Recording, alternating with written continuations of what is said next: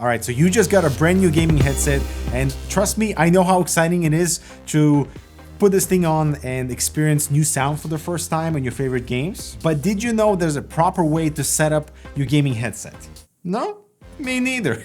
So I just got the ROG Delta II, which is surprisingly good, and I'll go over all the ways that I configure my new audio products, whether it's headphones, DACs, headsets, and all the housekeeping things that I configure first, all the EQ customization that I try to go over, microphone setup, and etc. So I hope this is kind of a helpful guide for newcomers who are potentially getting into the gaming headset space, because even though everyone loves to hate on gaming headsets, they are getting so good, especially on the wireless side, because of the convenience of like not needing to deal with the cable, and battery life is good enough for like occasional charging once in a while throughout the week, and it's not like a thing that will die every day with you. Even though this thing has RGB, the battery life is actually quite good. This is an RGB headset, so we all know what to do.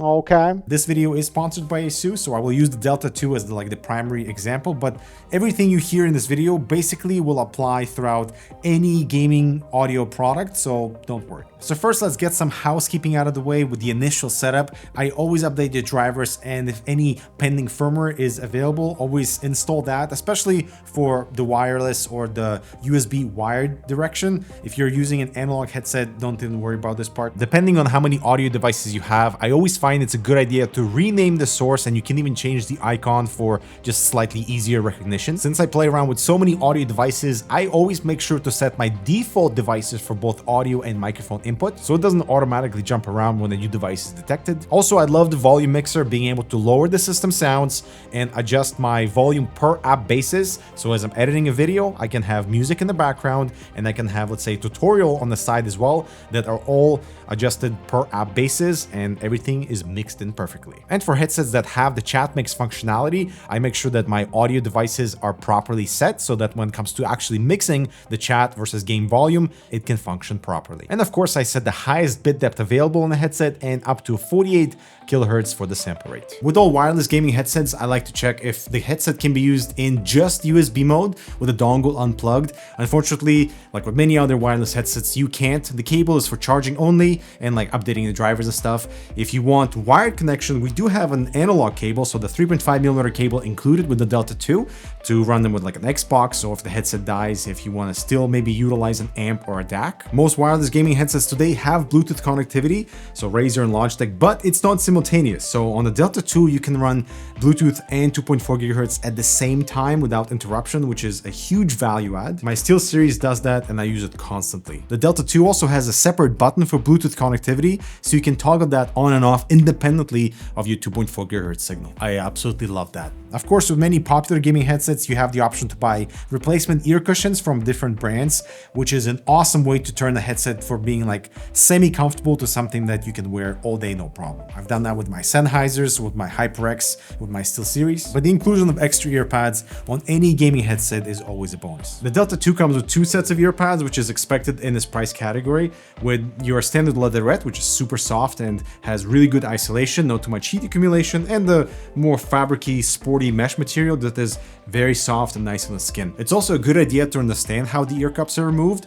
On the Delta II, it's a very simple procedure, just simply take them off. It's not a clip-on system like we have on other gaming headsets. Unfortunately, we don't have that much padding in the center, which is kind of a bummer, but at least the thickness here is enough so that my ears, for example, don't make contact with the interior. And my test here is to swap them out and see how they feel with glasses. I mean, comfort is a huge thing for gaming headsets, and I love to see which ear pad gives me least amount of that annoying squeak when they rub against the glasses temples. With the leatherette ear pads, I find them to be more comfortable when I wear them with glasses, but I generally prefer the fabric ear cushions over leatherette because they're slightly more open, they breathe a little bit more. Leatherette right now, especially in a slightly colder environment, are very pleasant on the ears. Now, when it comes to sound, I would say the best way to experience a new audio product is to listen to something that you know, either your favorite songs, the games that you constantly play, and use the new audio device in areas that you know very well, so you can either hear something new, hear something different, or hear something familiar. This way you can better perceive the sound characteristics of your new headset or a headphone, and are able to potentially use that information to adjust your EQ to flavor the sound to your liking. So when it comes to playing around with your equalizer settings and different sound profiles in a particular software, there's a general rule of thumb that you should follow of increasing your treble or the highs for better footstep awareness and better definition of the critical details in the game. For example, the sound cue of a spawn during deathmatch can be emphasized by increasing the 4K hertz slider if you want to be more aware of your surroundings during quieter moments. This also helps with low ammo sound cue when you're about to run out of bullets in the magazine, and footsteps live in the same region between 2 and 4K hertz, so there is a reason why treble is so important, but it's also very easy to make the game sound harsh and unpleasant if you go too far. Like Delta 2 by default is way brighter versus my Audio-Technica R70X headphones, so making treble adjustments on the Atos R70X is actually more important to extract more detail. Adjusting the low end or the bass region for better engine sounds, for example, or the thuds and some that like rumbling of the explosions in the background. In CS2, for example, I love the bass hit you get with a headshot or a kill during deathmatch, which is where increasing the sub-bass region under 125 Hz helps to emphasize that audible cue. In Helldivers 2, you can really feel the power of any stratagem when they fly down from orbit, or any weapon for that matter, because the sound design is so good, but you can again slightly improve it with an EQ adjustment of touching up that 125 Hz slider or below frequencies if they're available. And the mid-range spans a pretty wide spectrum that controls your vocals, your soundstage expansion, or the narrowness depending on the type of game you play. I normally don't touch the mid-range unless I want to widen my soundstage by lowering the 1K Hz band. I like it for closed headphones with Battlefield, for example, or single-player games where you want your headphones to sound bigger, and even slight adjustment make a big difference, so be careful. The most popular EQ adjustment for better footsteps is the FPS presets. Right now I'm in Armory Crate, and lets me enable esports and the Razer Synapse software, and you can see those two curves are pretty much identical, slightly lowering in the bass region, and then anything from 1K Hertz that has been boosted to give us better clarity in the footsteps and those critical cues. You can see the same thing applies with the Logitech headset, lowering of the bass region and increasing our low mids all up to the treble, slightly more emphasized for better definition and detail. The problem with this approach is that all headsets sound different, so you tweaking certain settings that have worked for the Logitech pair and maybe Razer might not necessarily apply to another gaming headset because they all have different tuning and etc. One quick and dirty way that I found that has worked for me is to play a gameplay that has no commentary that you normally play, or maybe even watch your favorite streamer or whatever, and adjust those sliders accordingly so you can hear the difference in the games that you play without needing to be inside the game itself. And then there's also Squig. So you choose your favorite creator. So I like Gadgetry Tech. He does awesome audio stuff. And from there you can search by whatever headset you have. So let's try Delta 2. And here you can see the frequency response of your headset versus the Harman line. And that gives you a good reference point of like how colored or neutral it is. You can actually go into the equalizer setting and you can do the auto EQ setting that would spit out of how you're supposed to configure the bands in the software to match the Harman line. And that's a really powerful tool to sort of equalize the headset to something a bit more neutral, which is how you're able to, let's say, combine all three headsets, let's say, or whatever headphones that you have to something that sounds fairly close to one another. But man, there's so many nuances when it comes to working with equalizer settings and creating your own profile that, for example, with the Delta 2, it's a 8-band graphic equalizer, so you have the up and down movement for these specific frequencies, but you don't have an ability to adjust or target a specific frequency in between those ranges, which is pretty much the same across all gaming equalizer drivers, with Logitech and Razer being the same. And so this is where Parametric EQ comes into play, which is both really complicated and fun at the same time. Right now I'm in Sonar, and this is a perfect example of Parametric EQ and its power,